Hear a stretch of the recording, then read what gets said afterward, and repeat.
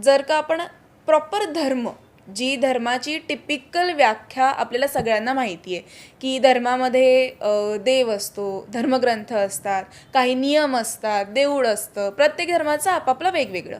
तसं निसर्ग धर्म जर का मला आता फॉलो करायचा आहे आणि ह्या सगळ्या गोष्टींची मला गरज आहे, तर मग धर्मग्रंथ म्हणून निसर्ग धर्मामध्ये मी काय वाचलं पाहिजे किंवा काय माझ्या अभ्यासात असलं पाहिजे?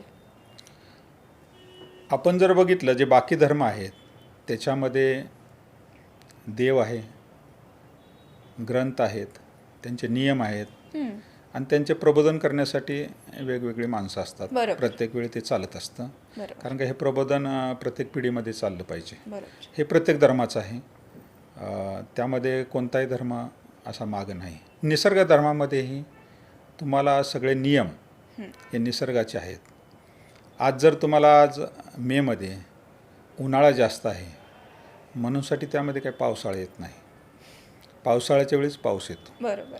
जसं जून ते सप्टेंबर पावसाळा आहे किंवा पुढले 4 महिने आपला हिवाळा असतो, त्याच्या 4 महिन्यांनी आपल्याला पुन्हा एकदा उन्हाळा असतो. अशा प्रमाणे ते निसर्गाचे नियम आहेत. आणि तोच एक नियम हे अगदी पुस्तकावर लिहिण्यापेक्षाही प्रत्येकाला जाणण्यासारखे नियम आहेत निसर्गाचे. दुसरी गोष्ट आहे की जशी आपली पृथ्वी सौरमंडलामध्ये आपली पृथ्वी आहे, ती 24 तासामध्ये एक तिची प्रदक्षिणा पूर्ण करते आणि सूर्याभोवती 365 दिवस लागतात. तर त्याप्रमाणेच आपले ऋतू येतात असं आहे.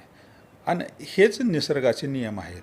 आणि हे निसर्गाचे नियम आपण मनुष्य आहे म्हणूनसाठी आपल्याला वाटतं की ग्रंथरूपामध्ये पाहिजेत, पण असं काय नाही.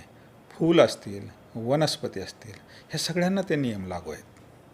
आज जर तुम्ही बघितलं निसर्गामध्ये सर्प आहे, त्याच्यामध्ये विष असतं, पण कोणताही सर्प जोपर्यंत तुम्ही त्याची खोड काढत नाही तोपर्यंत ते तुम्हाला येऊन चावणार नाही. बरोबर. का? त्याला कोण कंट्रोल करतं? त्याला एक कंट्रोल करणारा आहे. त्याला तुम्ही काही नाव म्हणा, देव म्हणा, महात्मा फुले त्याला निर्मिक म्हणतात, काही म्हणा, गॉड म्हणतात इंग्लिशमध्ये. ती एक अदृश्य शक्ती आहे की ते प्रत्येक प्राण्याला, मनुष्याला, वनस्पतींना, सगळ्यांना ती कंट्रोल करते, ती न दिसणारी. दुसरी गोष्ट अशी आहे की तुमच्या घरासमोर मधमाशाचं पोळं आहे, पण ते मधमाशाचं पोळंसुद्धा तुम्हाला कधी येऊन मधमाशा तुम्हाला ते कधी त्रास देत नाहीत. त्यांना कोण कंट्रोल करतं? त्यांनाही कंट्रोल करणारी निसर्गाची एक शक्ती आहे, अदृश्य शक्ती आहे, आणि ती त्याला कंट्रोल करते. जोपर्यंत तुम्ही त्याची खोड काढत नाही तोपर्यंत कुठलाही प्राणी, मनुष्य सोडून कुठलाही प्राणी तुम्हाला कधीही त्रास देणार नाही, अशी अवस्था आहे. हा तर मनुष्य असा आहे. मनुष्य हा कृत्रिम धर्मामुळे एकामेकाची खोड काढून एकामेकाचे खून करतोय, एकामेकाला संपवतोय. मनुष्य हा बुद्धीनं जरी शहाणा समजत असेल किंवा मी अतिशय बुद्धिमान समजत असेल तर तो सगळ्यात आत्ता मूर्खतेकडे चाललेला आहे. हे मी अगदी विचारांती बोलत आहे. का मूर्खतेकडे चाललेला आहे की तो मनुष्य एक असूनसुद्धा तो माणसालाच तो मारत आहे. आज जर तुम्ही कुठलाही प्राणी जर बघितला, तो प्राण्याला प्राणी मारत नाही. आज जर तुम्ही वाघ जर असेल तर वाघाला तुम्ही सगळ्या जगात तुम्ही कुठे गेला तरी तिथल्या लँग्वेजप्रमाणे त्याला नाव वेगळं असेल, पण त्याला वाघच, टायगर म्हणतात किंवा काय असेल ते ज्या त्याप्रमाणे, ज्या त्या भागाप्रमाणे म्हणतात, पण तो वाघच असतो. मनुष्यामध्ये असं नाही. मनुष्य हिथं हिंदू आहे, दुसरा मुस्लिम आहे, दुसरा ख्रिश्चन आहे, अजून त्यांची काय काय त्याच्यामध्ये पंथ वेगवेगळे आहेत. त्यामुळं निसर्गामध्ये हे जे नियम आहेत हे ऑलरेडी, जसं मी मगाशी तुम्हाला मोबाईलचं उदाहरण दिलं, मोबाईलमध्ये ते फिक्स आहे, तसं आपल्या शरीर हे चाललेलं आहे, हे निसर्गावर चाललेलं आहे. तुम्हाला हवा पाहिजे, ऑक्सिजन पाहिजे, तुम्हाला पाणी पाहिजे, आणि अन्न तुम्हाला नैसर्गिक पाहिजे. आजसुद्धा तुमचं अन्न हे नैसर्गिक नाही, तुमचं हे कृत्रिम झालं आहे. जसं धर्म कृत्रिम आहेत बाकीचे, तसं अन्नही तुमचं कृत्रिम झालेलं आहे, नैसर्गिक नाही. ज्यावेळी तुम्ही आज जर आपण माकडापासून मनुष्य झाला, माकडाचं जर तुम्ही खाद्य बघितलं तर त्या पद्धतीनं तो निसर्गामध्ये कुठं ते चूल पेटवून किंवा त्याचं गॅसवर बसून काही खात नाही. निसर्गाचं ओरिजिनल तो खातो. आपली शरीराची रचना अशीच आहे. दुसरी गोष्ट, ह्याच्यामध्ये नियम असे आहेत की तुम्ही निसर्गामध्ये जे ओठानं पाणी पितात ते सगळे प्राणी शाकाहारी आहेत. अच्छा. हां, जेही ओठाण प्राणी, कुठलाही निसर्गातला तुम्ही प्राणी घ्या, ओठानं पाणी पितात ते सगळे शाकाहारी आहेत. आज जर गाय घेतली, म्हैस घेतली, बैल घेतला किंवा मनुष्य घेतला, तोही ओठानं पाणी पितो. आणि त्यांच्या दाताची रचना, म्हशीच्या दाताची रचना, शेळीच्या दाताची, गायीच्या दाताची ही माणसाच्या दातासारखी असते. त्यामुळे तो शाकाहारी स्वरूपाचा. आणि जे प्राणी जिभेनं पाणी पितात, जसा कुत्रा जिभेनं पाणी पितो, मांजर जिभेनं पितो, साप जिभेनं पितो, वाघ जिभेनं पितो, हे सगळे मांसाहारी प्राणी आहेत. आणि त्यांच्या दाताची रचना सुळे असतात. सुळे हे मांस खाण्यासाठी वेगवेगळे केलेले आहेत. अच्छा. हां, त्यामुळे त्यांची दाताची रचना वेगळी असते. ते मांसाहारी प्राणी आहेत. वाघ किती दिवस जंगलात उपाशी राहिला तरी तो कधी गवत खात नाही. आणि गाईला कितीही दिवस तुम्ही गोठ्यामध्ये बांधून तिच्या पुढं मांस जर ठेवलं, ती मरेल पण ती मांस खाणार नाही. बरोबर. पण मनुष्यानं ह्या सगळ्या ज्या शरीराच्या रचना आहेत, ह्या सगळ्या जे निसर्गाचे नियम आहेत ते सगळे मोडीत काढलेले आहेत. याकडे येणारच होते की आपण नैसर्गिक आपली जी मूळ रचना म्हणतोस, तुम्ही सांगितलं की माणूस हा शाकाहारी आहे, त्याची शरीर रचना झालीच की त्याने शाकाहारी आहारच घ्यावा, त्याने मांसाहार करू नये. बरोबर. बरोबर. तुम्हाला मला तेच विचारायचं होतं की हल्ली माझ्या मते तरी मला स्वतःला फारशी माणसं माहीत नाही आहेत जे मांसाहार करत नाहीत. आणि जे आपण इतर जे शाकाहारी अन्न जे खातोय तेही हळूहळू खूप भेसळ होत चाललेली आहे त्याच्यात. त्याची क्वालिटी निकृष्ट होत चाललेली आहे. आपण बऱ्याच न्यूज ऐकतो की पनीरमध्ये भेसळ मिळाली, भाज्यांवर रंग मारले गेले, औषधांची फवारणी झाली ज्याच्यामुळे विषबाधा झाली, अशा खूप न्यूज आपण ऐकतो. तर एक शाकाहारी म्हणून, आपण मांसाहार करणाऱ्यांचा तर विषय बाजूला ठेवू, पण एक शाकाहारी म्हणून आयडियल डाएट किंवा आयडियल काय आहार असला पाहिजे आपला निसर्गधर्मानुसार?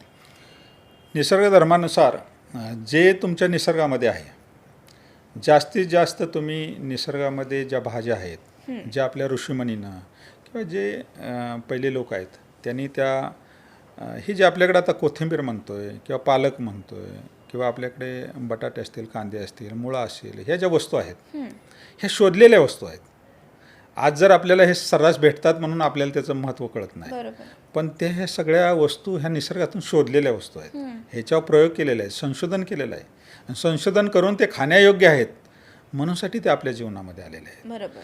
पण ह्याच्यावर आपण जिभेची चोचली पुरवण्यासाठी ह्याच्यावर जी आपण प्रक्रिया करतो, प्रक्रिया करून जे खातोय त्या गोष्टी जास्त वाईट आहेत.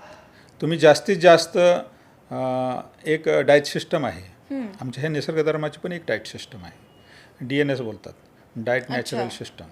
ह्याच्यामध्ये काय आहे तुम्ही की जे निसर्गातून ओरिजिनल मिळालेलं आहे ते तुम्ही खाल्लं पाहिजे.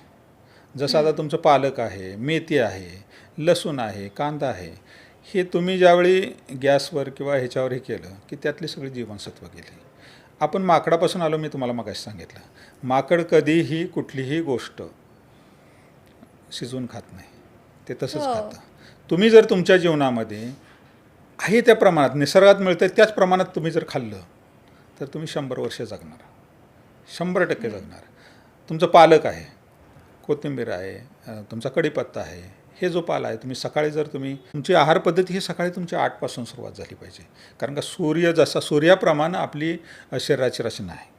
आपला ह्या ब्रह्मांडाचा किंवा आपल्या सौरमंडलाचा सूर्य हा महत्त्वाचा तुम्हाला आपला मुख्य आहे. सूर्यावर आपण आहोत, कारण का सूर्यावर निसर्ग आहे, निसर्गावर आपण आहोत, हे आपल्याला समजलं पाहिजे.